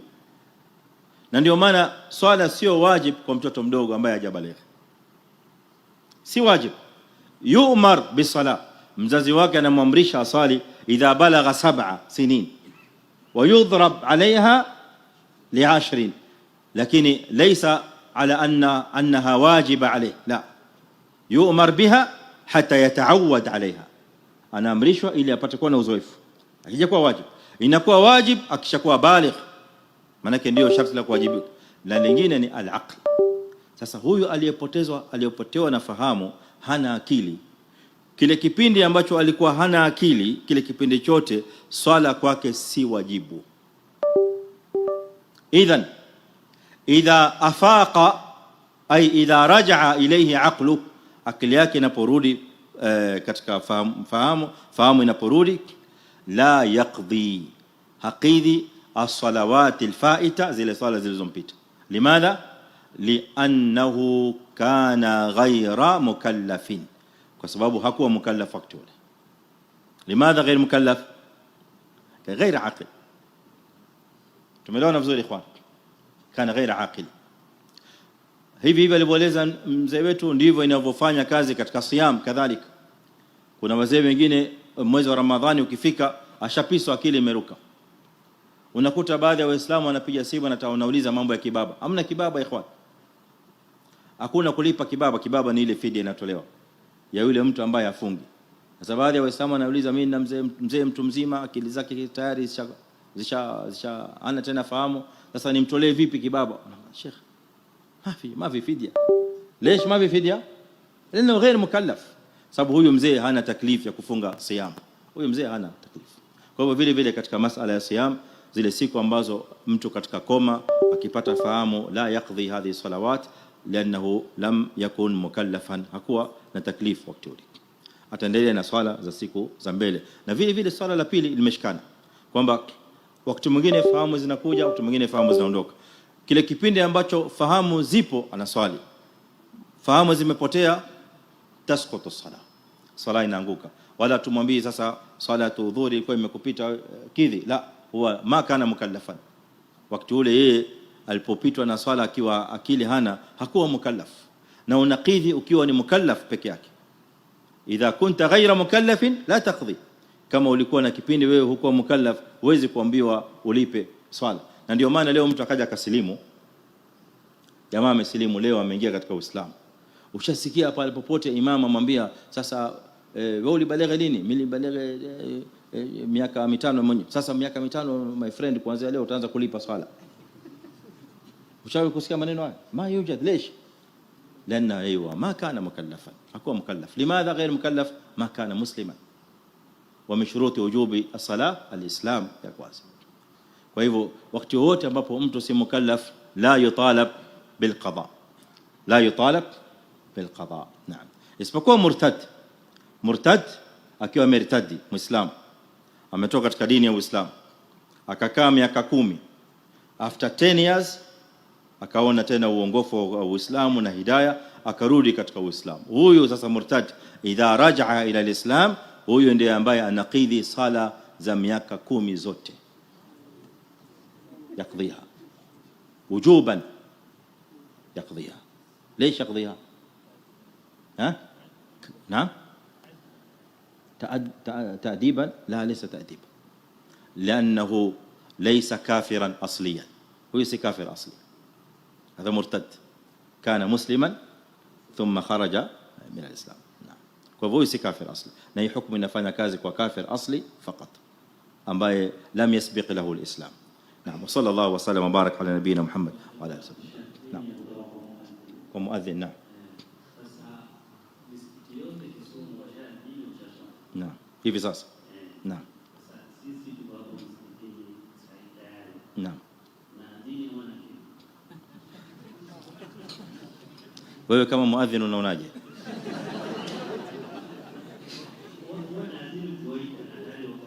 Wako hapa tayari, yani hakuna wengine nje ambao unataraji watakuja, washaswali. Kwa hivyo unaona kwamba hakuna haja kwa dini, kukimu peke yake. Kwa hivyo sunna ya adhana itaanguka.